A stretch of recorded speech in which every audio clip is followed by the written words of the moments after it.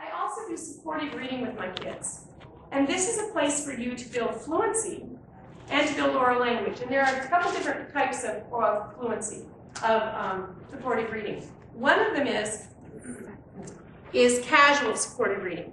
This is songs, poems, chants, that kind of thing. This is a casual supportive reading, okay?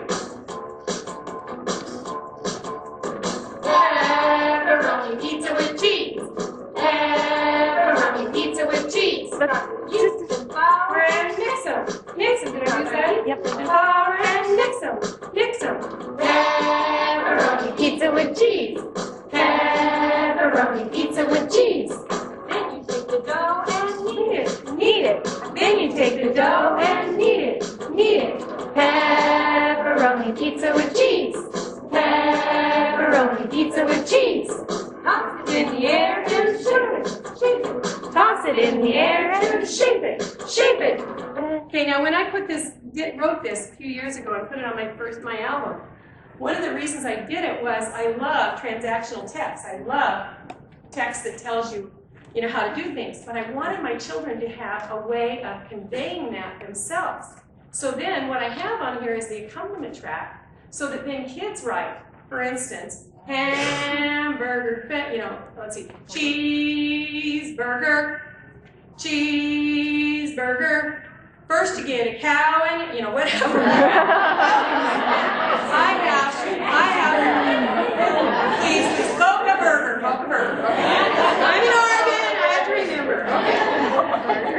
We won't talk about the fact that I come from Hanford and I glow in the dark. All right. But one of the things that I found was that my kids didn't even think about it being a demonstration text or a transactional text when they took that beat.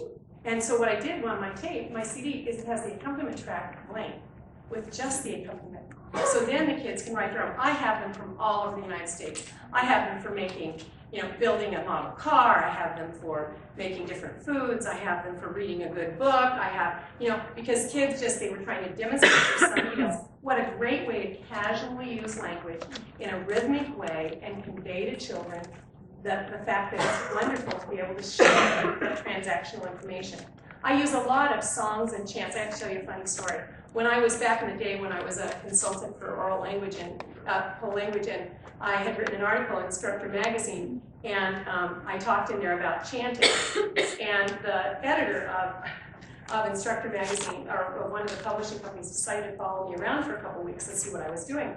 And at the end of the time, she said, I was really concerned when I saw in your article that you talked about chanting. I thought maybe this was a new religious movement. And I said, no, I just mean rhythmic language, whether it's Oonga Boonga, which is David Greenberg, don't forget, find it, or whether it's, a song or a chant.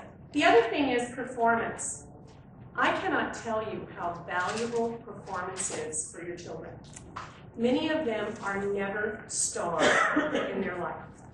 No one puts them on a place where they say, look at me, and all children want to be the star. They all want to, whether they're doing a Valentine poem or the third little Valentine, like one of my little boys, and he says, the third little Valentine had a funny face. And he's so proud of that. And he's got that line memorized, and he's barely 5, and he's doing that next Friday at the senior citizens for the people, and he's going to perform, and he will plant his feet, tuck his buttons, square his shoulders, and he will be the best. And they will all love him. And my little girl will probably lift her dress up over her head, because that's what they do. And so performance is so important. Choral reading, readers' theater, all of those places where the kids are getting a chance orally to interact with language. I have a learning disability. I did not read until I was very old. I could do anything orally if I heard it once. If I heard it once. The only places I could read were songs. Guess what? They were in my right brain. And that part of my brain is disabled. It's a little overabundant. But, so it's really important that we realize that